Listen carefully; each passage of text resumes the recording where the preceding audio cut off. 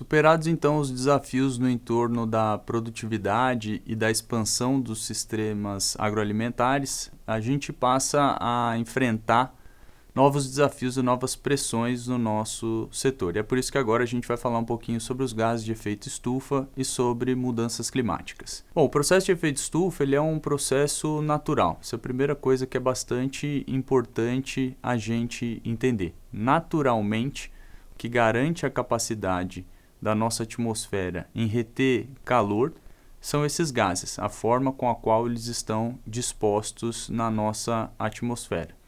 A grande questão é que ao longo do tempo, especialmente depois da Revolução Industrial, a gente alterou a composição desses gases na nossa atmosfera, especialmente do gás carbônico, do metano, então do dióxido de carbono, do metano e do óxido nitroso, que são os principais agentes aí causadores do efeito estufa. Então, é como se a gente aumentasse a concentração dentro da nossa atmosfera e isso fizesse com que os raios ultravioletas tivessem mais dificuldade de transitar, de entrar e sair dessa atmosfera. E com isso, a gente aumenta a retenção desses raios aqui dentro. Essa é a discussão no entorno do aumento da temperatura média global. No ano passado, a gente atingiu aí aproximadamente 1,1 grau acima do que era a média global de 15 graus Celsius e existe uma tentativa, existe toda uma discussão no entorno da agenda global de tentar limitar esse aumento de temperatura.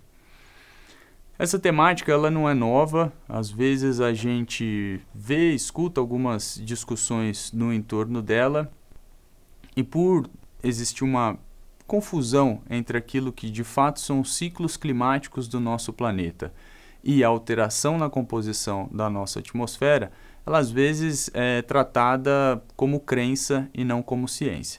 E é bastante importante que a gente tenha esse entendimento. Dependente dos ciclos que vive o nosso planeta, e a gente tem uma série de exemplos disso nos milhões de anos de existência dele, a gente precisa entender que do ponto de vista da composição da nossa atmosfera, a atividade humana, especialmente no período pós-revolução industrial, causou uma alteração bastante significativa nessa atmosfera.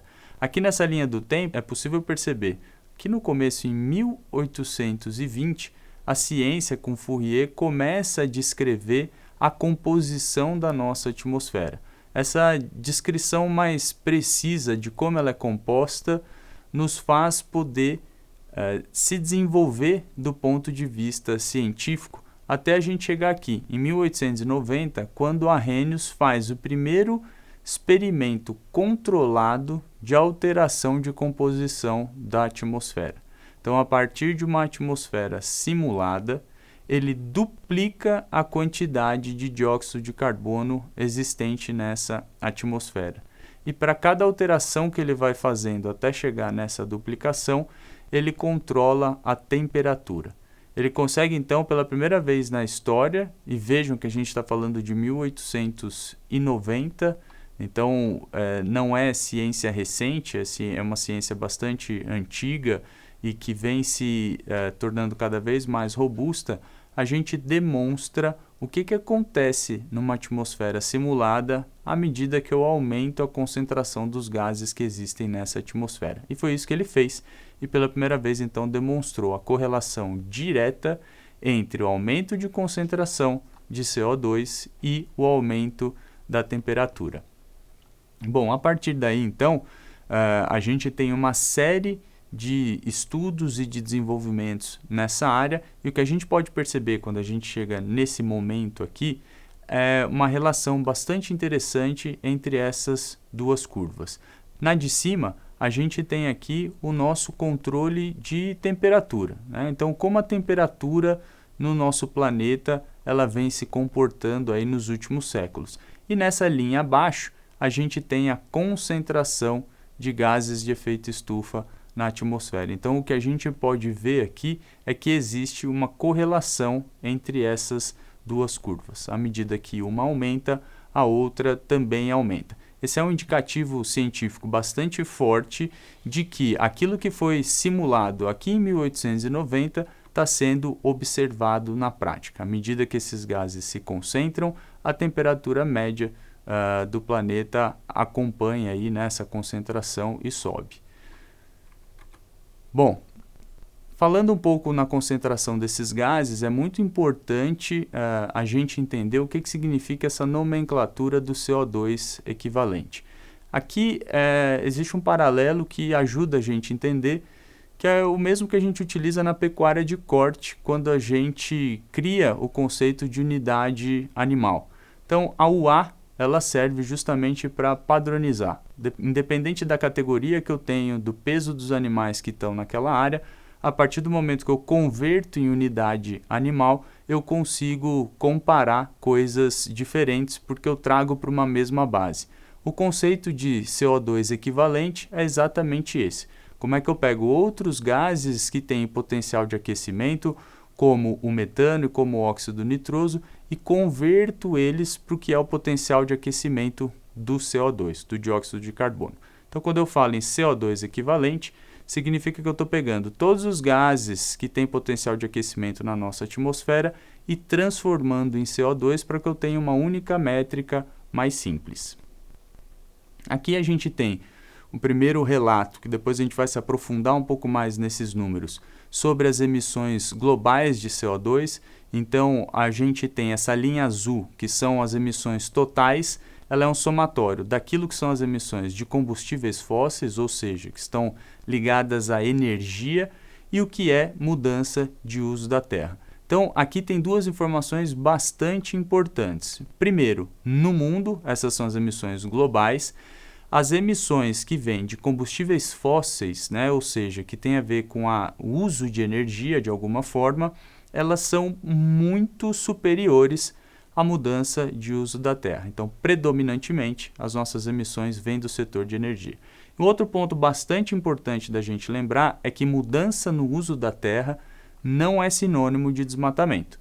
O desmatamento é um dos tipos de uso da terra, ou de mudança no uso da terra. Toda vez que o solo ele é convertido de um determinado uso para outro, a gente tem as mudanças relativas aí, ao uso da terra. E o desmatamento é só uma dessas mudanças. Aqui, corroborando um pouco com o que a gente falou sobre o efeito estufa e o aquecimento global, é um gráfico que demonstra o crescimento dos estudos científicos, da produção científica global em relação ao tema no mundo. Então, a gente tem aí 3 vezes mais publicações nos últimos 10 anos sobre o assunto, e só nos últimos 5 anos foram mais de 140 mil trabalhos sobre esse tema.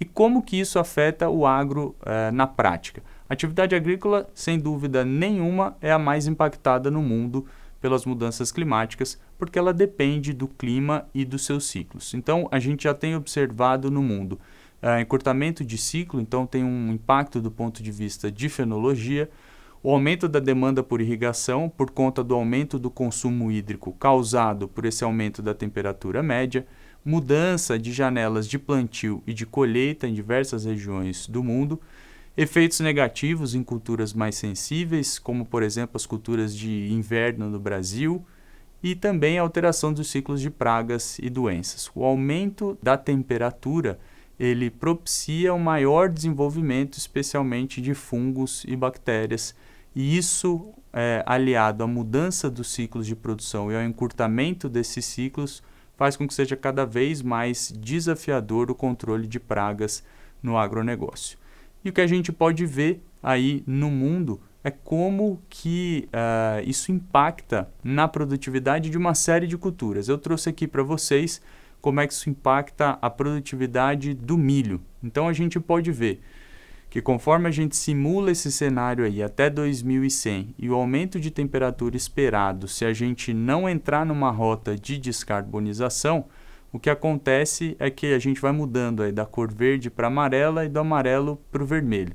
O vermelho representa a perda de produtividade de milho nessas regiões do mundo na casa dos 40%. Então o que a gente pode ver é um impacto bastante profundo em regiões que são estratégicas e fundamentais para a produção dessa cultura, incluindo o Brasil, Estados Unidos e uma boa parte da Ásia. Com isso, fica uma reflexão bastante importante, que é o limite da Revolução Verde. Uma vez que a Revolução Verde nos ajudou a transpor os desafios de produtividade, de melhoramento genético, de aplicação de insumos, será que o nosso novo desafio, o novo gargalo para a produção passa a ser o clima?